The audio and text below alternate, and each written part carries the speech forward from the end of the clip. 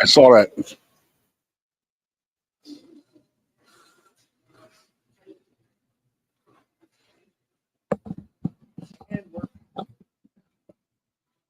We welcome you back here to the Lion Country Kia Goon and Ironhead show on Sports Radio 98.7 The Fox. Apologize. I think we had some technical difficulties initially coming out here on the radio side of things, but I think we should be good now. Could be wrong, but we're going to go with it. So I hope you're not looking ahead, Jeff. Fingers crossed, as we say in the business. Heading into Memorial Day weekend. Yes, sir.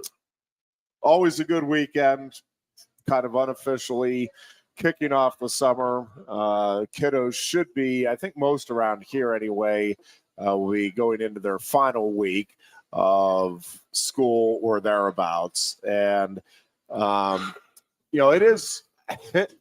it is interesting talking to some of the athletic directors. So one of the challenges, and I know there's been some questions about why some of the softball and baseball and even lacrosse games and such are getting moved. It's like, man, District 6 came out with the schedule, and now this game got moved here, and that game got moved there. Well, what is happening, folks, is that everybody is trying to accommodate everybody else's school schedule. So you have, graduation events, you have end of school year events, award ceremonies, banquets, that sort of stuff. All of that is everybody's trying to accommodate so that, you don't miss significant events, especially seniors in your final year of high school because of a sporting event. So almost all of that is due to, hey, we're trying to make it something that works for the kiddos on both teams to be able to experience all that comes with the end of the school year, and again, in particular for the seniors, and also have the opportunity to continue to play and, finish off their sports careers in hopefully grand fashion as well. So yeah, I never really realized how long baseball actually, we're not even in the PIAAs yet. Yeah. So I know my high school graduated this weekend.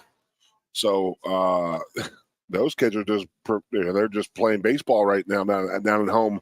But up here, everybody's still in school. They're not graduating here for another week or two, right? Most schools aren't graduating. I think my school just starts early and ends early. So, yeah,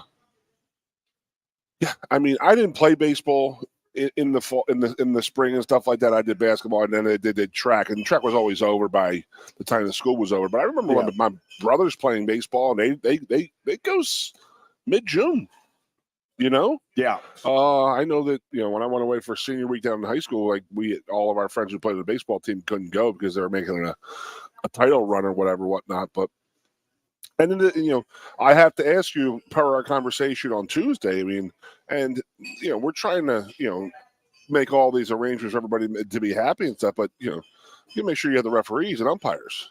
Yep. Because that's obviously a problem. You only have so many, and if that person's already booked, you got to figure out another time, another place to play your game, and that stinks.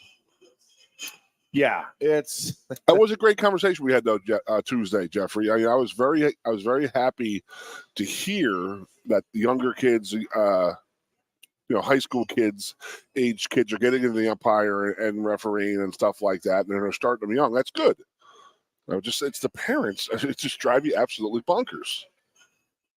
Yeah, and it just doesn't take. I don't think it's a majority of parents, but it does not take much, right, to make it. It takes a smoker with the right hook. And listen, I will tell you, I am just a big proponent, and I understand. I really do, or at least I feel like I do. My kid will be moving up through the ranks here as we go on, but. Right, as a parent, you want the best for your kid. And if you feel like your kid's not getting a fair shake, and by the way, I'm not saying that there aren't coaches out there that aren't giving fair shakes. I'm not saying there aren't lousy umpires who aren't in it for the right reasons. I think the overwhelming majority of umpires are in it for the right reason. They love sports. They're trying to create the opportunity for the kiddos. I mean, like overwhelmingly, 95% plus, maybe 99% plus. Now, could you have, a knucklehead here or there? Yes. And they're like, but I mean, it's so rare that that's almost not worth talking about. Now, coaches, I will say, I think it is tougher now to be a coach at the high school and even the youth level than ever before. There's always been, parents who are, I think, overly intrusive. I'm trying to be kind, the way I put this. But now I think there are more, and I could be wrong about this, but it feels like there are more parents because of the increasing costs of college and because of the, I think, at least believed need for a college education that many have. I think that's worth a discussion in and of itself, maybe not on this particular show, but a college education can be a wonderful thing. It is not needed for everybody, and it is not especially helpful for everybody.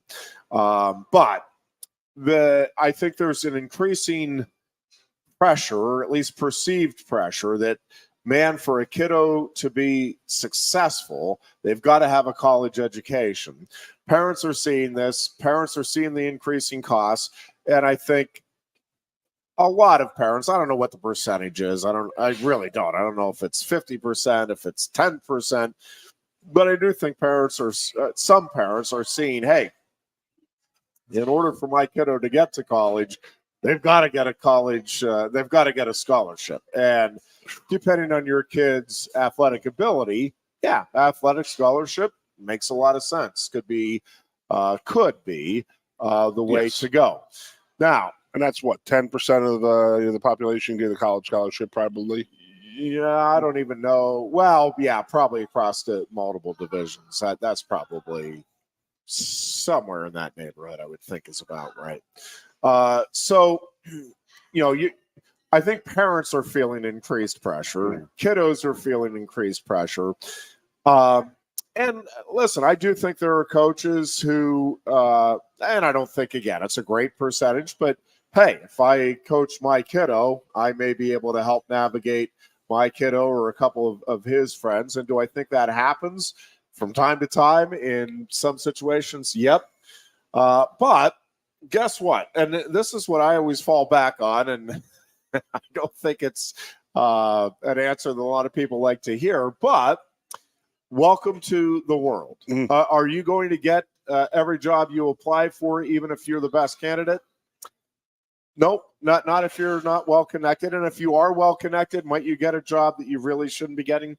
Yep, that could absolutely happen, does happen. And so going through that, again, my whole thing is let the coaches coach, let the officials and the umpires officiate, let the medical staff handle the medical issues, let the medical, the trainers and the doctors, that they can figure that stuff out. Now, that doesn't mean a coach shouldn't inquire, hey, what is the status? What's involved? Why is it taking, you said it was a sprained ankle. I know the kid the other week. I think a legitimate question. Hey, I want to learn. I have no problem with a coach going out to an umpire and, hey, what did you see there? Why did you make that call? Right? Like, find out, hey, this is because, we thought that hit the batter. No, it hit the bat. You sure about that? Can we get a second opinion? Yep, that's what we both saw and heard. Okay. I mean, I don't think so, but questioning, I'm not saying parents shouldn't question coaches ever, right? But what I'm saying is, again, ask, listen to the answer, move on, right? Yes. You might not be satisfied with the answer in any of these situations. Well, I don't understand. These two kids both had sprained ankles. You cleared the one, and then you're telling me this other guy might not be another week or two. Well, this kid heals faster. What can we tell you? We all know people. Too. Yep, we all know people that just heal faster. Yep. Yes, it could be the extent of the sprain. Again, there's a whole wide variety of factors that could play into it. Reasonable to ask? Yep. Reasonable to argue when you're not the umpire or the coach or the no. At that point, again, ask your question, listen to the answer. If you have a follow-up question, ask the follow-up question, listen to the answer, move on. Go back to your role. Coaches coach, umpires umpire, players play, parents just be a parent. Support your kid. Let them know you're there for them, regardless of what happens on the athletic venue, and leave it at that. Got a new one for you, Headley. Yes, sir. Buddy at home called me and says, "You're not going to believe this. 7-year-old baseball. This woman has her 6-year-old son playing up a grade because his hitting instructor said he should be hitting against older kids and switch hitting. There you go. Because a switch hitter in college is more – college is, see, he's 6 years old, and my sister told me that the kid hasn't hit the ball from the right or left side of the plate. He's a non-hitter, not a switch hitter. He's a non-hitter is what she said. But I could not believe it. She's like, this is the world we're living in. Somebody gets in somebody's ear and says, hey, this is what they want in college. You got to start them at a young age. And by the way, I'll teach your kid how to switch hit for $100 an hour. Yep. Yeah, it is. It's unfortunately, my opinion, there are some that go down that route. It's bad. I don't know. You had guys growing up whose mom and dads thought they were the second coming of Mickey Mantle and Johnny Unitas out there, and but the kids know. I'm convinced. I mean, as a kid growing up, you know exactly who can play and who can't play. You do, but that also can change. It can change. There's no doubt about it over the years, and I do think that is one thing where I get uneasy with leagues or programs that start to ascribe in elementary school or even in middle school, what used to be junior high for me, that, hey, this kid is this or this kid is that. Again, my opinion. I think up through middle school, I don't care if you have a guy that is clearly the star athlete of your school and you have another guy who is clumsy and can't put. Again, my opinion, obviously many disagree. That's fine. I think up through middle school, those two kids and everybody else ought to be getting as close to equal opportunity as you can, because people do develop at different rates. And what can happen, and I'm not saying it's going to be a common thing, but you can have a kid who gets discouraged. Man, I'm not getting any playing time. I'm not really learning the sport. And then they blossom, and man, it's a missed opportunity for the kid, for your high school program, because they got frustrated. And by the time they blossomed, you pushed them away. And we all know kids who have excelled and then stop growing, stop getting happen. better. Well, so either they hit their ceiling, or they burn out, or they get into the wrong crowd. They start partying too much at an early age and whatever it may be. And it's like, yeah, this isn't, yeah, he's a great athlete, but we don't want him around our team. It's a bad influence. He's not right. Mm-hmm. So any of those things can happen. You know what else I've noticed, Jeffrey? Yep. In my lifetime, we have talked about this once or twice or 1,000 times, but Little League Baseball was easy to me. I could saw the ball, hit the ball, I crushed the ball, and hit home runs all the time. But when it came time, did I know how to play baseball? The answer is no. Because I had a younger brother who was not that good at baseball, who was an excellent high school baseball player. At Little League, he was not developing. By the time he got in high school, he became a hell of a player. Yeah. And I'd sit there and watch a game. I sit there with Johnny Broom, and I sit there with my older brother and my younger brother who were baseball guys. And it's interesting hearing the game. And they're like, why did you throw that pitch there? And why did you throw that? Because I never understood it. I just saw the ball hit the ball because I was so big and athletic and strong. I just crushed it. Yep. But when I had to learn the game, I didn't know how to play the game. I always say when you have a guy who, I always say the name of LeVar Arrington. And he was the most unbelievable athlete I've ever seen for that size I've ever seen. And, for a football player, because basketball players, I think, are very similar. Yep. No, LeVar was. Once he got in a car accident, in that motorcycle accident, he lost that step where he wasn't the fastest guy out there. He was still the strongest guy out there, but he really didn't understand or know exactly 1,000,000% how to play the game without being the biggest, fastest, and strongest. When everybody caught up to him, the game slowed down. He wasn't as dominant as he was before. Yeah, no, I think that's. And you see it with pitchers a lot, right? If you are a fastball pitcher right up through, but at some point you've got to learn, at least a little bit. You got to have a second pitch, at least a second pitch. And, all right, this is where I can, work the inside, outside a little bit. At some point, you've got to develop that to get to the highest level. Talking with a pitcher is pretty amazing. Who knows what they're doing. Yes. And how their mindset works and how their mind works. And the pitcher has to think about what the batter's thinking, and batter needs to think about what the pitcher's thinking. And that, to me, was always I never got that aspect of it because I was, in baseball. It just came easy to me. Football, I had to learn because you had to learn how to play with size, use your size because, let's not kid ourselves. I couldn't play that low to the ground. If I had to go against you and they're going to yell at me I need to be lower than you. How the hell am I getting lower than you? You know what I mean? So you need to learn how to play the game, and that just takes reps and repetition. But yes, it is amazing watching baseball when you see guys who actually know the game. It's very, very amazing. Situational baseball. And by the way, I'm glad you didn't watch that Pirates ending, just so you know. Oh, we saw the Pirates. Oh, I saw. I wasn't over here laughing because my tooth hurts, but on the inside, I was laughing very, very hard. Well, what's frustrating about that? He's lost two wins, right? Yeah. Well, that first game was he thought it was tied. No, he left with them leading, and they walked those four batters in, right? Yes. Oh my goodness. No, they had a big lead. So today was just a 6-run two of the games. Snafu. So the Pirates on Tuesday night had the big come from behind win, put up 4 runs in the bottom of the ninth, won it in the 10th on the Gonzalez walk-off single, and Pirates fans, me included, are like, oh, this is awesome.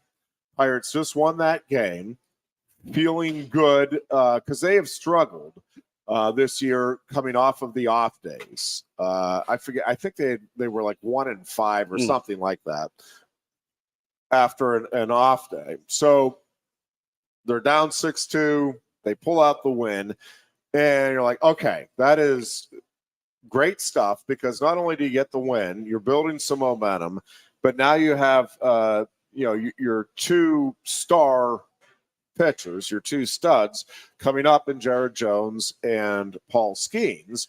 And it's like, man, there's a chance to really make this homestand something special.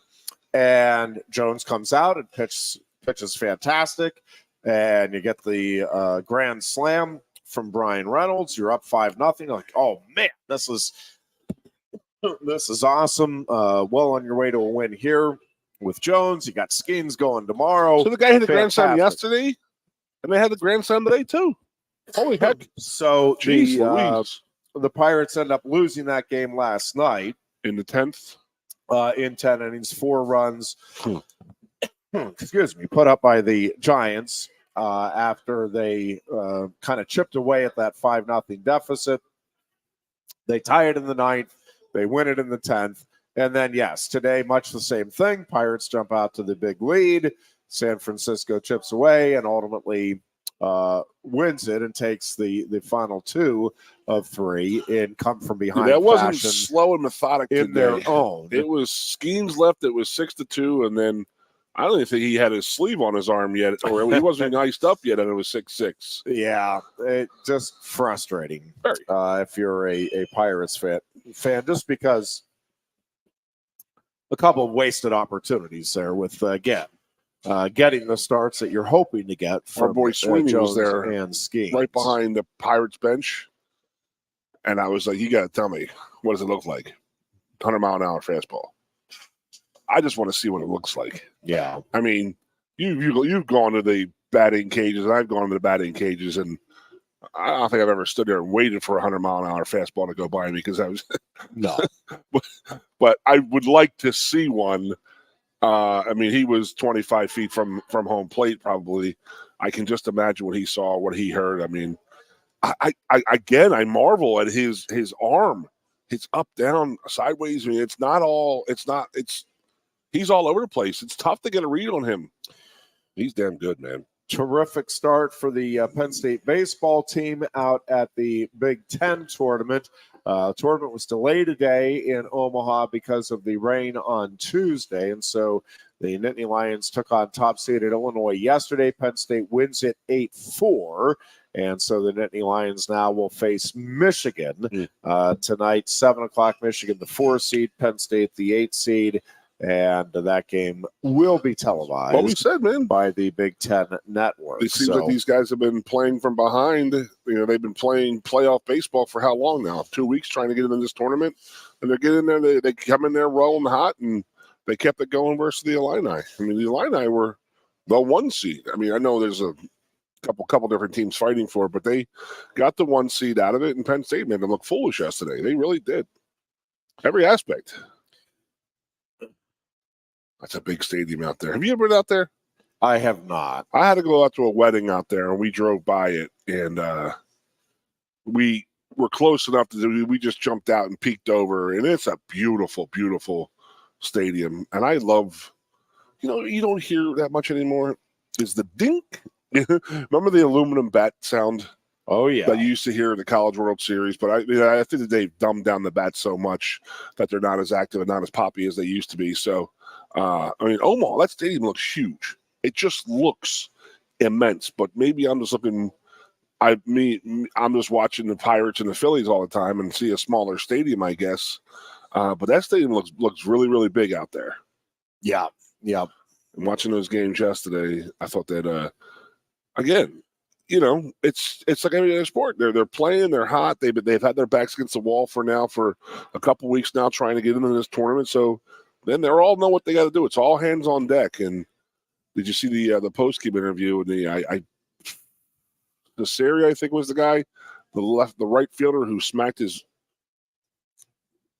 back off the ball, but he actually hit a home run in the game. Yeah, and he was saying, he's like the average age of this team is 22 years old. I said, we've been through a lot. He's like, we've been through a lot of battles, so we know how to win games, and we know how to do what we have to do to win games. So, I mean, don't put it past these guys to make a run like this. It would be awesome. Certainly a lot of folks pulling forward, and we've talked about it. Just feels like they have the right guy here moving forward, and Mike Gambino to take this program maybe to the next level. And obviously having a great tournament here would be a big step in the right direction. It's already a big step getting to the tournament here this year as the 8th seed and getting the win over Illinois. Truthfully, regardless of what happens, like this is reason for encouragement and excitement about the future right now of Penn State baseball. We'll take a break here, and we are back with more of the Lion Country Kia Goon and Ironhead show right here on Sports Radio 98.7 The Fall. Coast into fall with a new Kia from Lion Country Kia. Right now, get a 24 Kia Seltos for 5.25% APR for up to 48 months. A new Sportage plug-in hybrid at 0.9% APR. Check out our 23 Sorrento hybrid for as low as 4.5% APR. And don't forget, all 2023 and 2024 Kias come with a 10-year, 100,000-mile limited warranty. Stop in and meet with one of our sales experts today and coast into fall at Lion Country Kia. We want to see you in a Kia. Since retiring, I have spent my time searching the countryside for the hottest wings in America. I always seem to end up disappointed. You call these hot? Back off, Luigi. Mamma mia. Look, hands it, busboy. Your wings suck! I knew I should have stuck with Quaker Steak's triple atomic wings. You think I'm tough enough? The Center Hall Farm Store has been serving Center County and beyond for well over a half century. A small family business, the Center Hall Farm Store specializes in animal nutrition and manufactures its feed fresh using local ingredients. Get the best in horse, cow, pig, chicken, and bird feeds. If you're not already a customer, stop in and see why so many of your neighbors are. The Center Hall Farm Store at 110 West Allison Street in Center Hall, or call us at 814-364-1393. Sioka Toyota of Williamsport invites you to stop in today or check us out online. We have the smart path to your next Toyota, like the all-new Crown, BZ4X, the all-new Grand Highlander, Corolla Cross Hybrids, Sequoias, and more. Over 100 new Toyotas here and on the way. Don't make a $1,000 mistake. Choose Sioka Toyota of Williamsport and see the Sioka dealership's difference. Buy or reserve yours today and see for yourself why Sioka Toyota is the only stop you need for your next new car. Sioka Toyota, it just feels right. Ready to be part of something bigger? Come pave the road to success at Glen Baker and discover a career where your hard work and determination can build a bigger, better future. Our team believes we can build a stronger future together. Join us at Glen Baker, where we value teamwork on the field and on the job. Go to GOHcareers.com to apply. GOHcareers.com. And best of luck to all the Center County sports teams all season long from everyone at Glen Baker. With a Timber Kids savings account, you can start to save money, earn prizes, and teach your kids the value of savings. It's easy as 1, 2, 3. Building futures is what we do at TFCU.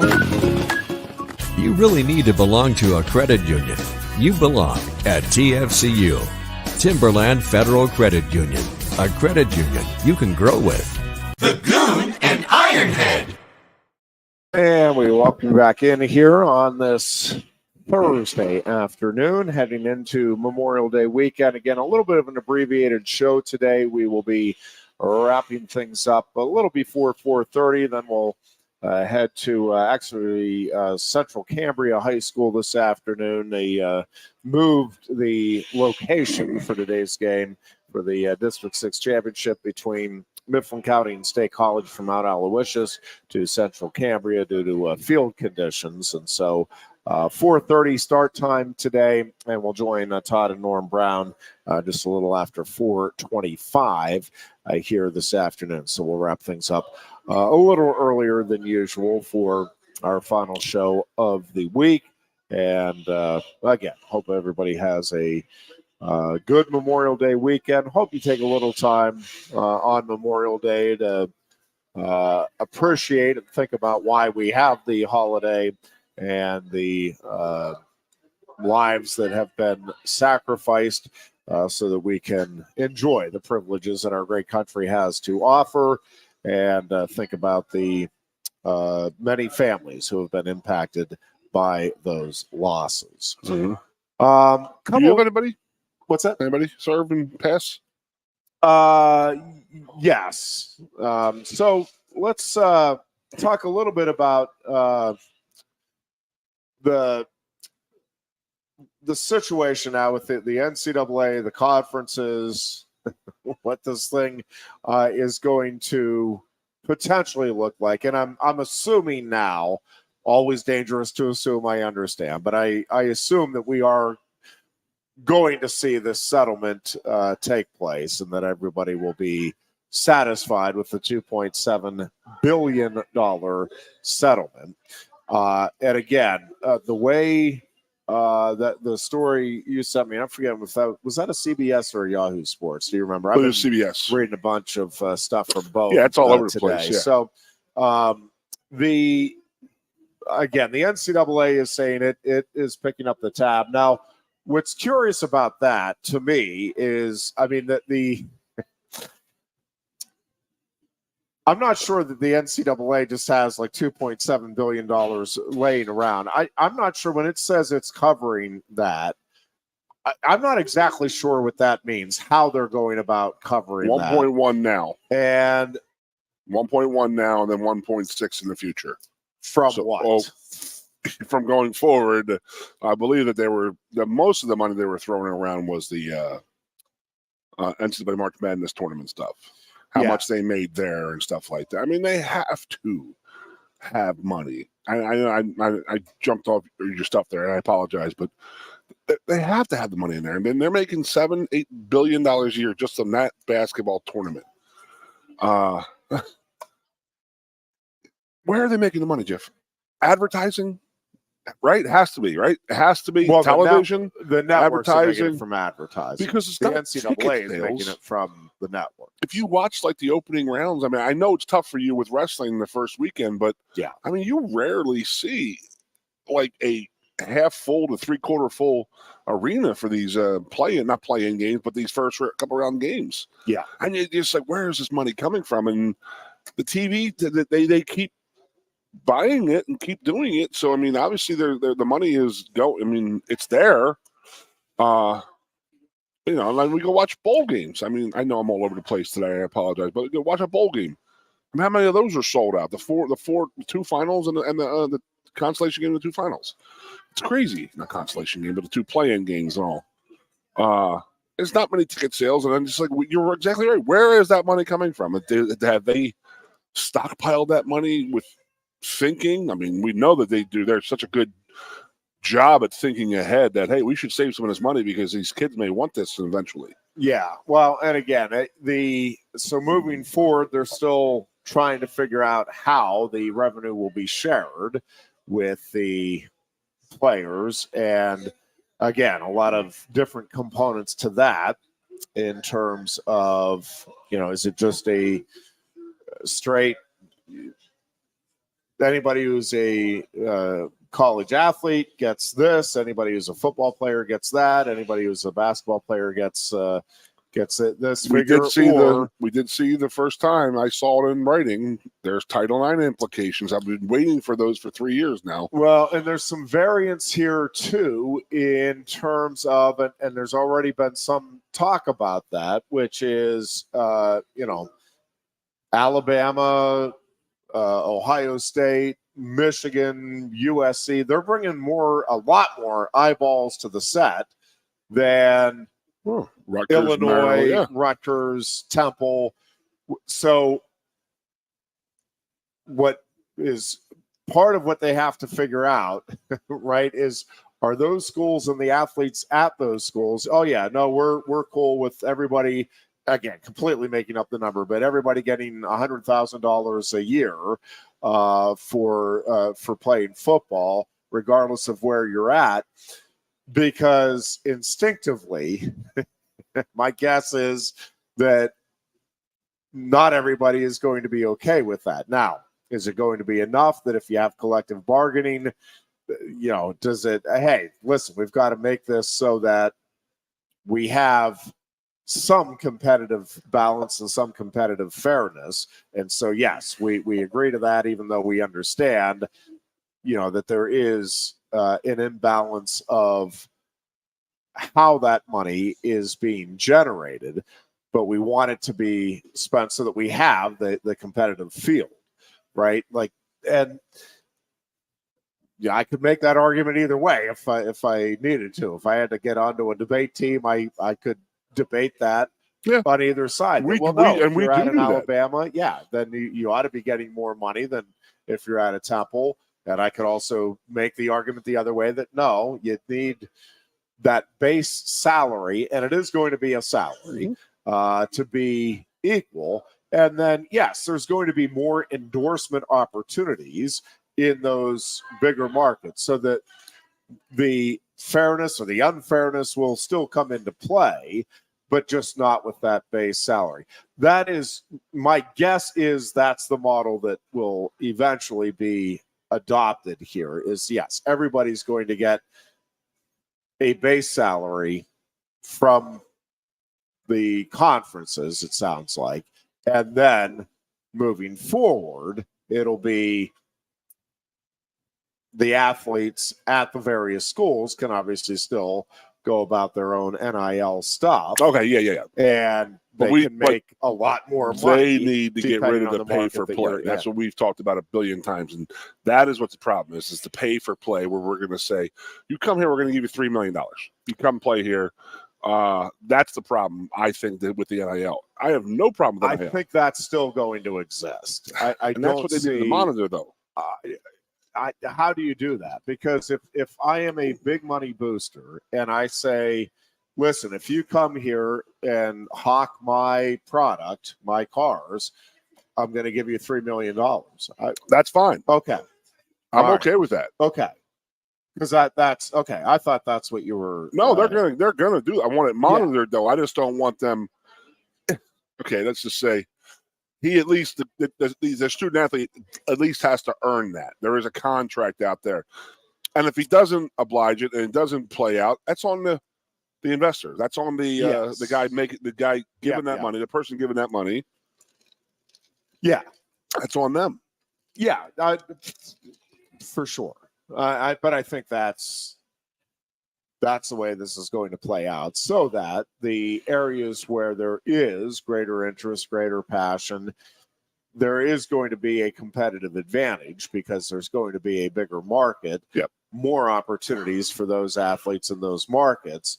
And we also know that there's a competitive imbalance when it comes to Ohio State, Penn State versus Florida and Alabama. They have 14 or 15 varsity sports. We have 31. How? That's on the university to fix that, correct? Yes, and that's what scares me. They can't. Yeah, that is. I am curious to see what resolution they come up with, and this is one of those situations where truly there is no way you're making everybody happy, no matter what they do. Like, there are going to be people complaining one way or the other. This isn't right. This isn't fair.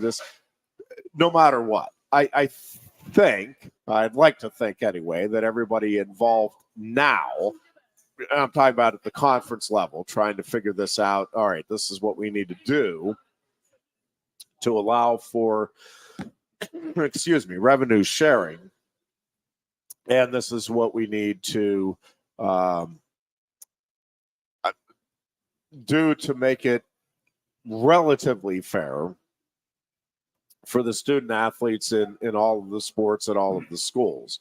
I still think that's a very difficult proposition. And, one of the things that I think is going to have to play into that, and I don't know any of this, but I'm guessing on how some of these negotiations are going,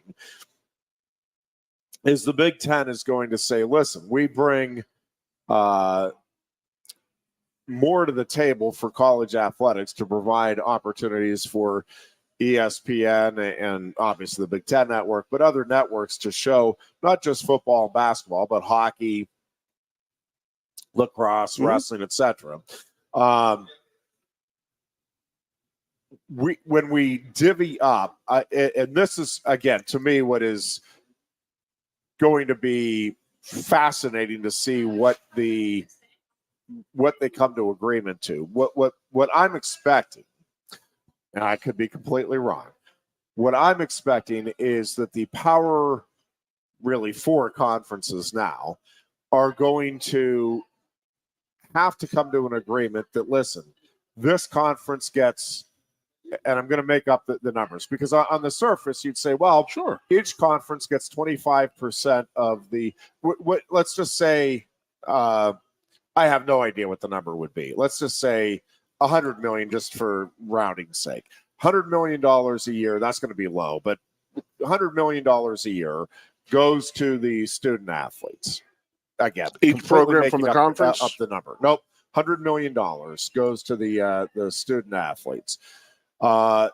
So on the surface, it'd be like, oh, okay, well then 25 million goes to the Big Ten Conference, 25 to the ACC, 25 to the Big 12.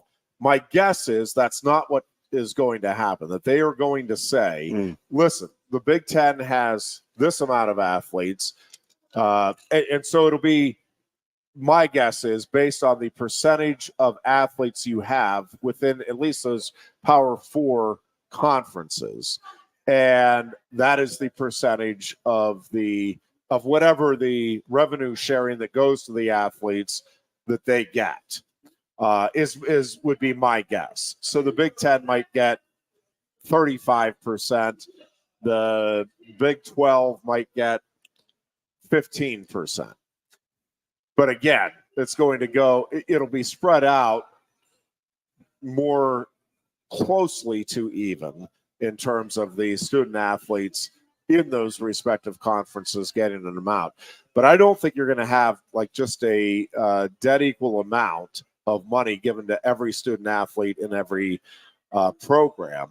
Now, football and basketball, I think it will, but I think it's going to be very difficult to come up with that number because, again, if you're the Big Ten, or if you have that number, again, maybe it is, all right, that is the number that we arrive at for those conferences. Now we have to give enough out of that initial pool to the Big Ten to cover all of their athletes, enough to the SEC, so that the Big Ten isn't burdened by having the bigger sports programs and more opportunities for student athletes. I don't think you want to get to a model where you're discouraging teams from having more opportunities for high school athletes to come in and play competitively at the collegiate level. Well, what even say Alabama has 6 night games? That's prime time. That's a lot of eyeballs out there versus Temple, who doesn't play a game afternoon the whole year. So why are they going to get? There's no way that a Temple player should get as much as an Alabama player if they're prime time and they're selling the business and the Temple's doing nothing. Now Temple might be a bad decision, might be a bad choice, but because it's going to go in the conferences, and then where do we start, Jeff? I mean, do we start with, do they relocate some teams in the different conferences? Do they drop teams from conferences? Do they pick up, or what's the soccer thing? Relegate? Yeah. Like in Indiana, a Purdue or somebody at Illinois or Northwestern, they're not keeping their end of the bargain up. Do you relegate them to the lower league? Is there a lower league? Is it all just NFL type, 4 20-team conferences? It's so much in the air. I mean, did you know that the Big Ten was having their conferences out in LA this week? Yes. Yeah. Is that a normal thing? I honestly, I have to ask. Well, there's a lot of logistics that they're still. I mean, a lot of it has been figured out, but I think they're still in the process of making sure that this merger with the 4 teams from the Pac-12 goes swimmingly. And listen, they're all of the conferences are getting together right now, trying to figure out, all right, is this NCAA agreement something we want to sign off on?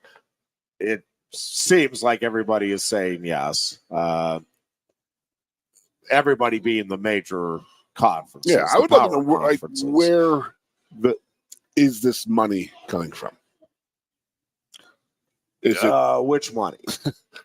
This new, say that $100 million we're going to split. I mean, it's all television rate stuff, right? Well, so is it the new NCAA that we're going to start up, or new power conferences, or just the individual the NCAA is saying it'll kind of stay as is. But yes, that money will be coming from the conferences, and yes, they'll be distributing it from the money that goes into the conferences. From the television deals and stuff like that. Yeah. So what's going to be different then? Paying the kids? Yes.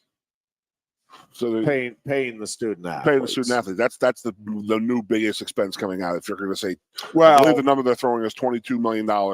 I mean, for the Big Ten, that's probably the biggest expense, but you've also got substantially more travel expenses now coming your way with the teams in the East going out West and Midwest, and then all of those teams having to get to the Midwest. I look at it as a football player, football aspect of everything. You see it as an Olympic sport guy, and a lot of pitfalls can go on. There are a lot of stuff that's really, really, really out of whack, man. Again, I've said it. You said it. I would not want to have Pat Kraft's job right now with everything that they're doing right now, because it's like you can get behind something and it could be the football stadium, $700 million. Why at that time are we doing this right now with such an uncertainty going on with football, unless they know something, not with football, but with the NCAA and the new conferences and profit sharing and stuff like that? Do they know something that we don't, type of thing? I don't know. I really don't. Well, I mean, I don't think they would know with certainty, because there is no certainty right now. Like that's what I think is they're all trying to sort out right now and trying to get it figured out so that they can move forward with a plan that is agreeable to the student athletes and is workable for the conferences and the member schools. Let's start from the start. Who's representing the players? That's the biggest thing I want to know. Yep. Is there a wrestling representative there? Is there a field hockey woman there? Is there I'm with you. And how long? I mean, I don't know how you could go beyond like 5 years with any collectively bargained agreement, because 5 years, it's a completely new set of employees, presumably. Although I read another piece. There is people who say that. Yes, that listen, that the college model as we know it is going to change substantially. I'm not sure. I would not rule anything out. I'm not saying it's absurd that it will never happen, because so much has happened that I would have thought would never happen. So I do have trouble getting my mind around the possibility of student athletes being in a given program like 8-9 years. I mean, that we're talking about big changes, I get it, to the college model, but at least having it be part of the college experience, I think is important. Now, I don't know from a legal standpoint what all is involved here, but the idea, because we've seen already, right, like there is just a natural cycle. Like the NFL is different. Professional sports are different, where you know that when you're drafted, you're not guaranteed a roster spot. There may be very little turnover on one team, maybe a ton of turnover on another. That in college, every year you're going to have some turnover. Like it roughly, a fourth or a fifth of your roster is going to turn over. That flow got so disrupted here by COVID and granting the extra year. Again, I'm not necessarily faulting anybody, but they got it wrong. I think in retrospect now, and I don't, as we've said before, I do not fault any of the athletes for taking advantage of the opportunity. I think you'd be crazy not to myself. I think it's such a cool thing to be able to play college sports. And you have an opportunity to do it for an extra year. I got one for you right here. Go for it. I got you. But it really disrupts the flow. The idea that you could have an athlete just stay at the university for 8-9 years, it just so disrupts that natural flow and the cycle of things. Now, again, is all of this other stuff completely disrupting what we've come to know as college athletics? Yes. So I suppose you could say, well, this is just another added element. I don't think that is, at least initially, going to be part, and initially meaning like whatever this collective bargaining agreement looks like that is not going to be part of that. I don't think. Booch that Booch would has said it shock from the me. start. It's going to take one person. I would give you one example. Yep. Ace Baldwin, our point guard of the basketball team. Great college basketball player. Yep. Great. What are his chances in the NBA? You know, Yeah, no, there's a bunch, there's a bunch of players 32 teams yeah. that have 12 guys on it. You're talking about 360 guys in the world who got those positions. He would make more money at Penn State than he would in the NBA D League.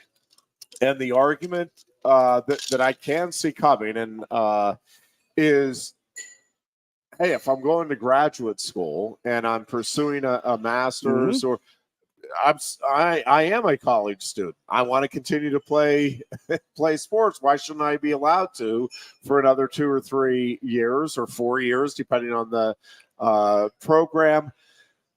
And I mean, I don't know enough from a legal standpoint what all can and can't be written into the collective bargaining agreement, how Correct. much resistance And all it there takes would is or one wouldn't person be. suing.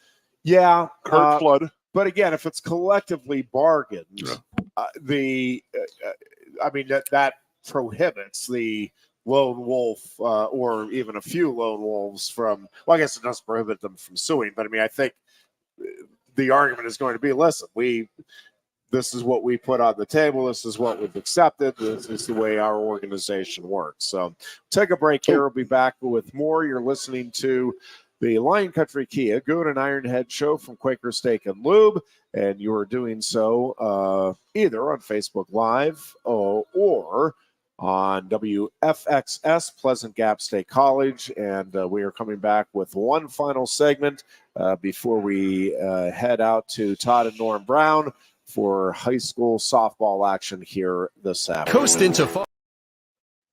Coast into fall with a new Kia from Lion Country Kia. Right now, get a 24 Kia Seltos for 5.25% APR for up to 48 months. A new Sportage plug-in hybrid at 0.9% APR. Check out our 23 Sorrento hybrid for as low as 4.5% APR. And don't forget, all 2023 and 2024 Kias come with a 10-year, 100,000-mile limited warranty. Stop in and meet with one of our sales experts today and coast into fall at Lion Country Kia. We want to see you in a Kia.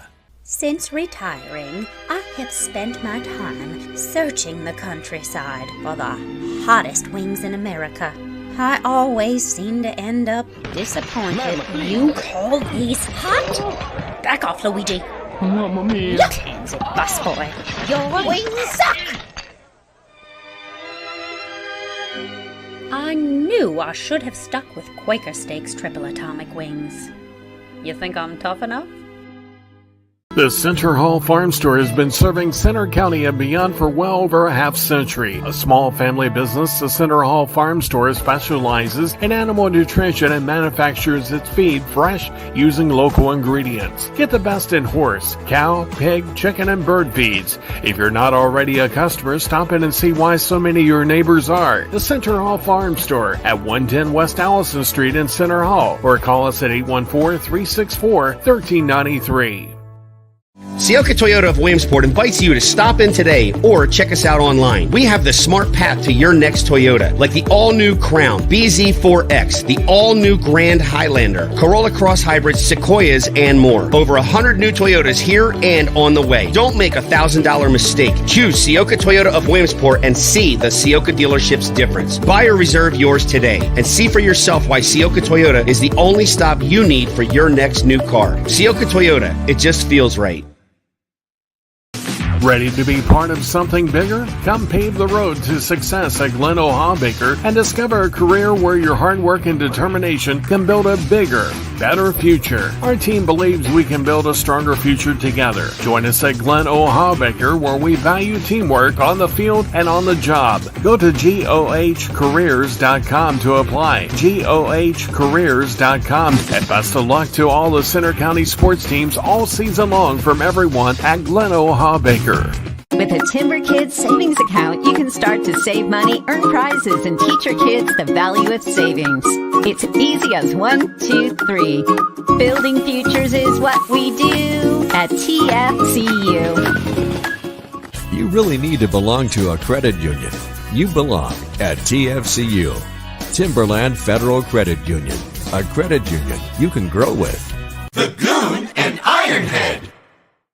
And we welcome you back in here on this Thursday afternoon. Again, we have State College softball coming up, District 6 semifinal action, championship action against Mifflin County today. That game moved from Mount Aloysius to Central Cambria High School, and Todd and Norm Brown will have the call of that coming up here at 4:30. So we'll wrap up right around 4:25 with our show this afternoon. Also tomorrow we will have Penns Valley Bald Eagle area action in District 6 semifinals as we wrap up a busy week. We've kept the Browns occupied throughout the week. We appreciate their terrific coverage. Again, Penn State baseball tonight taking on Michigan out in Omaha in the second game for the Nittany Lions, the Big Ten tournament. The Nittany Lions defeating the number 1 seed Illinois to open up the tournament last night. It'd be very cool to see them just catch fire here and take this tournament and springboard into even bigger and better things. NFL draft coming to Pittsburgh next year, dear Goon. The way it should be. Yeah. Where dreams come to die. It's good. Any idea where as of yet? Fun. I think they did. I don't know, but I think they did make that announcement. I'm thinking Pitt Stadium is perfect place for it. You know, great parking, good atmosphere, area is beautiful, the field is great.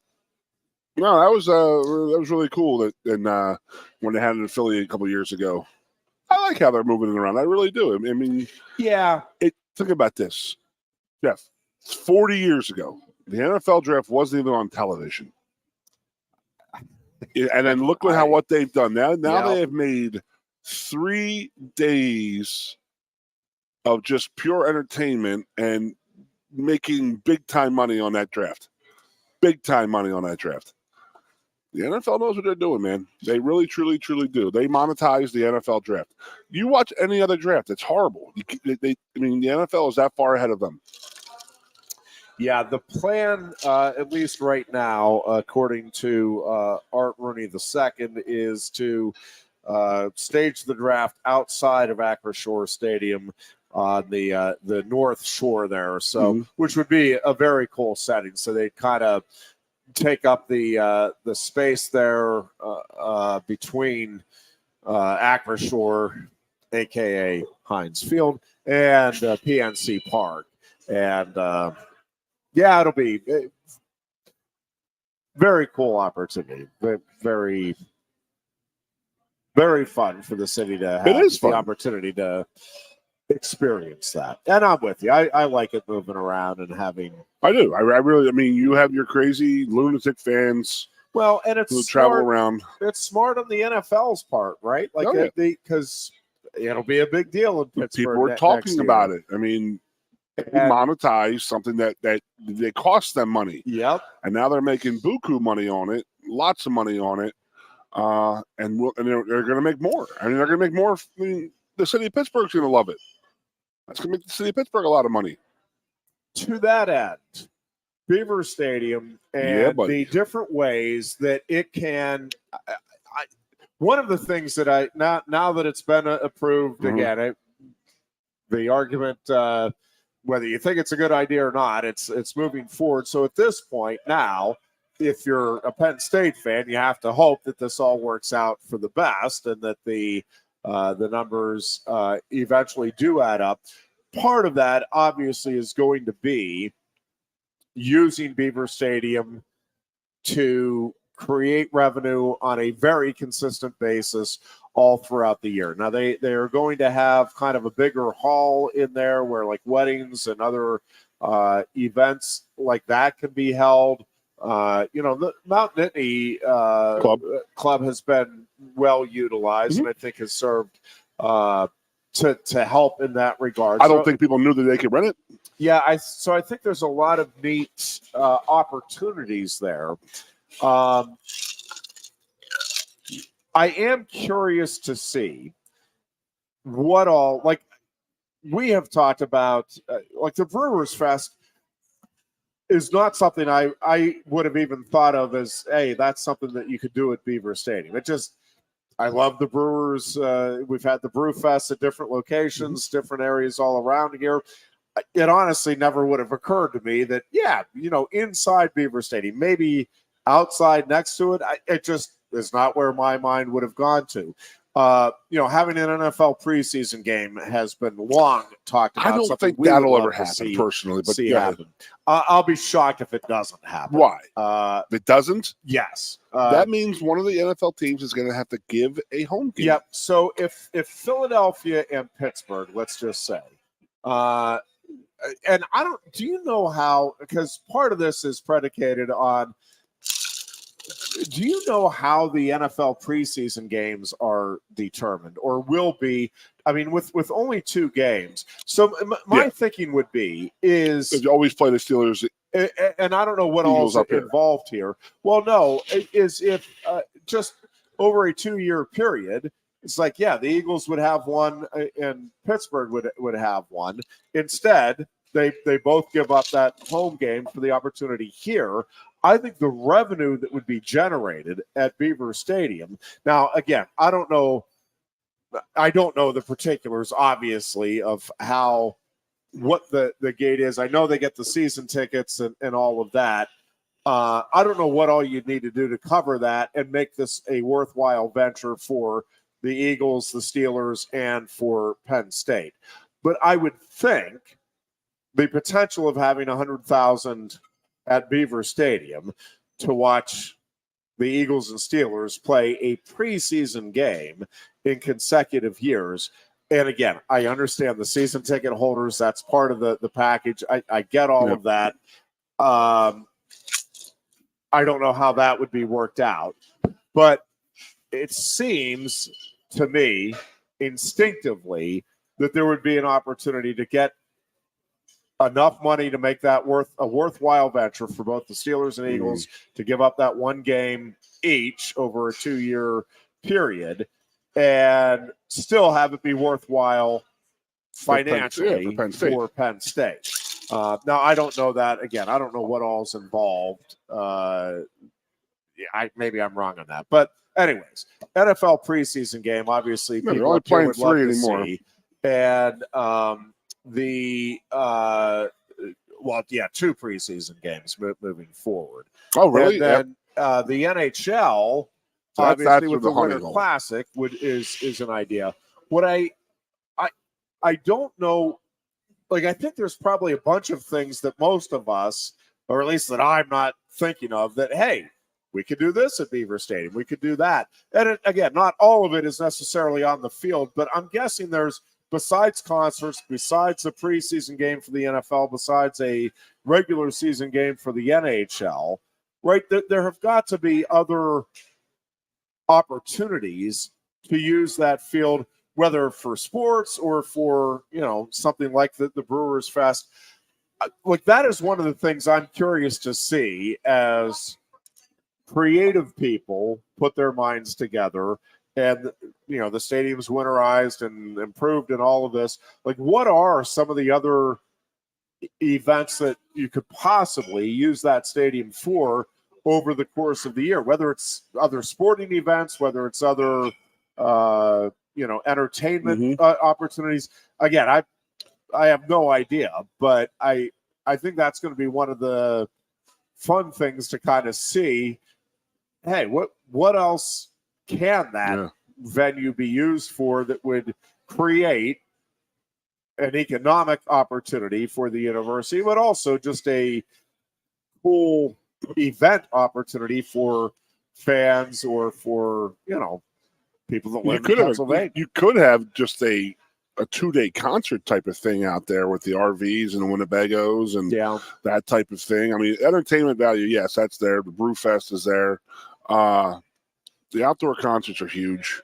Flyers, Penguins.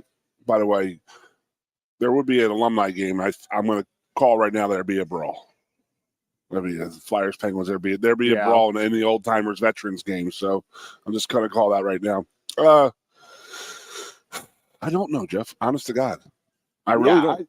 I don't either. I mean, you could do the whole, you've taken your son over to camp over at Spike Stadium, what they did at Beaver Stadium, maybe they did the yoga. I mean, that's not worthwhile. Make money, big money wise.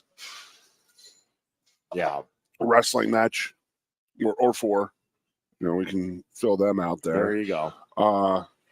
No, I mean, the football game it's interesting to me, but then you're asking a lot of a preseason game because they're packing up from their regular places and heading up here. They have to have hotels. The NFL is very specific on their hotels. I do know we're building a bunch more hotels up here, so that could be something there. I mean, yep. And then the playoff games. I mean, are we going to be ready to go if we have an outdoor playoff game this fall? They are saying yes. Mm-hmm. Yep. So who knows what else could be coming down the pike. Maybe if you have suggestions, you can make comments. I don't know what else you could do in there and draw a big enough crowd to make it worthwhile, right? Let's think about there's some this. other things you could do. All right. I mean, the only thing I can think of, it's completely off the beaten path, and that is I've seen the Coliseum turn into a NASCAR track. That's not big enough to do that down there. No. But how was the Coliseum big enough? It was a road track, of course, but I think you know what I mean. And then I've seen NASCAR tracks turn into football stadiums, but can the football stadium turn into a NASCAR track? You get the big trucks out there, Jeffrey. Yeah, I mean, definitely have a country. I mean, make it an annual thing. Have a country fest there, or even a rock and roll fest. I don't know. A lot of places have these different things, and we're looking to do it. I know what they need to do, what they've talked about doing. And you said, how many people out there know that you can rent the Nittany Lion Inn up there? Not the Nittany Lion Inn, but the Nittany Lion Club for a wedding or a party of some sort. You can do the same thing for our Letterman's Club. I mean, obviously, they charge very, very big money for it, but maybe if they're going to open it up more, maybe they'll charge less. Yeah, it'll be interesting to see, what the price point is for some of these things as once the renovation gets done and they kind of see what the demand is, see, how many people. I mean, I think at least initially, the interest is going to be through the roof in doing almost anything and everything you can up there among Penn State alums. And, the nice thing about having a university is you get a bunch more alums every year so that, that like having a wedding there at Beaver Stadium, right, is beyond cool. Yeah. Like that is something that I expect almost no matter what they charge for that venue, that's going to be sold out for many, many years to come once it gets up and running. I mean, you just think about the student athletes alone. You think about football players alone. Wouldn't want to come back. That would, want that opportunity. But the student athletes, the alums, and there will be town folk too that just, that'd be cool. Let's see if we can get it up there. So, I think a lot of this stuff is going to go over big. I am curious, and maybe there are a bunch of other uses. I'm just guessing that there will be some things that we will see at Beaver Stadium that nobody, or at least that I'm not thinking of as a possibility right now, just because it's not something we have that's homework on my radar. And again, it could be like you could set up a tennis court in there and bring in a couple of big name tennis players, and just for an exhibition type thing, people would pay to go see that. Right now, I don't know. Again, I don't know what the threshold is there, how many fans you have to have in to make it worthwhile between part, when you look at the expenses of getting the stadium opened up, using everything, having it manned properly, A little bit. I don't know what the breaking point is for some of these things to make it, worthwhile. I mean, you can't be making, a couple $1,000 and say, wow, that was a worthwhile event. So some of these things, we're watching a dog show right now. Could you do a dog show in there with the interests that are in dogs? Probably. I don't know if it necessarily annually, but like if once every 5 years or something, or maybe you could do it annually. I don't know. It's a lot of I think people. there's just a lot of things that, again, my guess is that we're not even thinking of that could at least be explored, if not actually done at Beaver Stadium, just to, again, create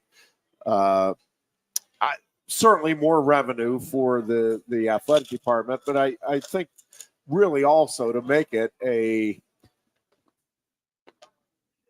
bigger benefit to the community at large that you have this stadium here. Let's Graduation. Obviously, there's a ton of football fans, and it gets well used for that. But yeah, let's see if we can. Figure out graduation. You can have speakers, political speeches in there. Yeah, I don't know. I mean, yeah, I say I think anything is just about anything is at least possible and worth discussing. I don't know. I'm curious to see moving forward how it is utilized and some of the creative things that I suspect will be coming up with more creative minds than ours. It's like, hey, yeah, this would be something that could go over well. And again, I'm guessing you'd have to probably get like at least 40,000 in there to make it a worthwhile venture for most events. But I think there's a lot of things you could do in there that would get 40,000 plus out on a given day. So we'll see. We'll see how it all plays out. That is going to pretty much wrap up our show for today. Again, folks, we hope you all have a wonderful Memorial Day weekend. Stay safe. Get out there and enjoy it. Hopefully the weather, it's looking a little dicey. Hopefully it holds up pretty well for at least most of us for most of the weekend. Good luck to the Penn State baseball team tonight. Let's go pound Michigan.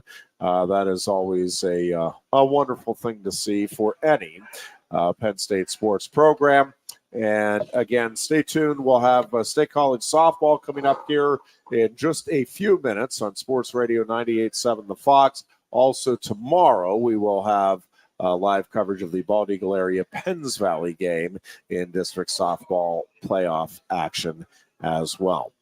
For the Dear Goon, I'm Ironhead, and again, we thank you for tuning in. Thanks to Quaker Steak and Lube for hosting us. Have a great Memorial Day weekend, and we will talk to you next Tuesday. Until then, be good and be safe. Coast into fall with a new Kia from Lion Country Kia. Right now, get a 24 Kia Seltos for 5.25% APR for up to 48 months. A new Sportage plug-in hybrid at 0.9% APR. Check out our 23 Sorrento hybrid for as low as 4.5% APR. And don't forget, all 2023 and 2024 Kias come with a 10-year, 100,000-mile limited warranty. Stop in and meet with one of our sales experts today and coast into fall at Lion Country Kia. We want to see you in a Kia. Since retiring, I have spent my time searching the countryside for the hottest wings in America. I always seem to end up disappointed. You call these hot? Back off, Luigi. Mamma mia. Your hands it, busboy. Your wings suck. I knew I should have stuck with Quaker Steak's triple atomic wings. You think I'm tough enough?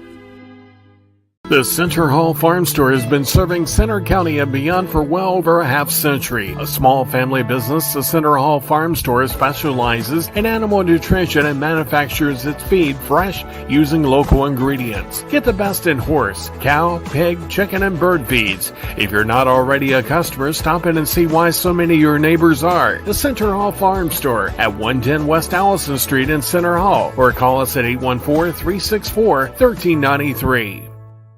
Sioka Toyota of Williamsport invites you to stop in today or check us out online. We have the smart path to your next Toyota, like the all-new Crown, BZ4X, the all-new Grand Highlander, Corolla Cross Hybrids, Sequoias, and more. Over 100 new Toyotas here and on the way. Don't make a $1,000 mistake. Choose Sioka Toyota of Williamsport and see the Sioka dealership's difference. Buy or reserve yours today and see for yourself why Sioka Toyota is the only stop you need for your next new car. Sioka Toyota, it just feels right.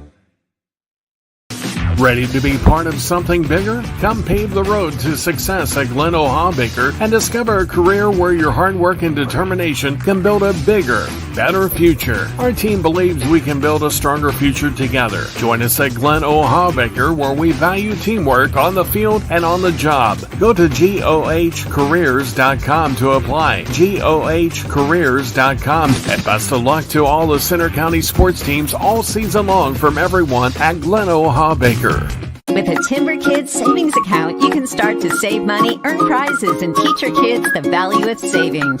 It's easy as 1, 2, 3. Building futures is what we do at TFCU. You really need to belong to a credit union. You belong at TFCU, Timberland Federal Credit Union, a credit union you can grow with. The Goon